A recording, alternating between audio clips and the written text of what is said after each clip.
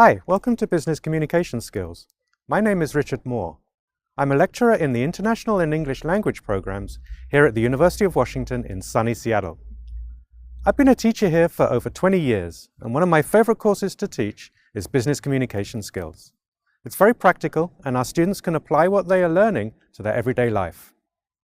I'm originally from England, just outside of London, and I've taught English in the UK, Australia, and Korea. I decided to become a teacher of English because I love languages, traveling, and working with different groups of people from around the world. Hi, my name's Daphne Mackey, and I'm also a lecturer in the same unit as Richard here at the University of Washington.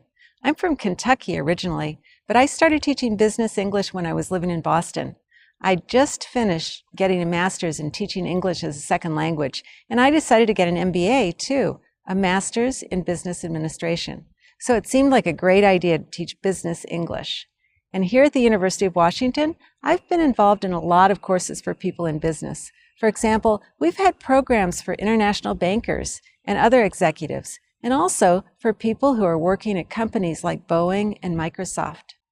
About 15 years ago, we started an intensive program in business English. Our students come to Seattle from countries all over the world. Now it's your turn. The topic of this course is networking.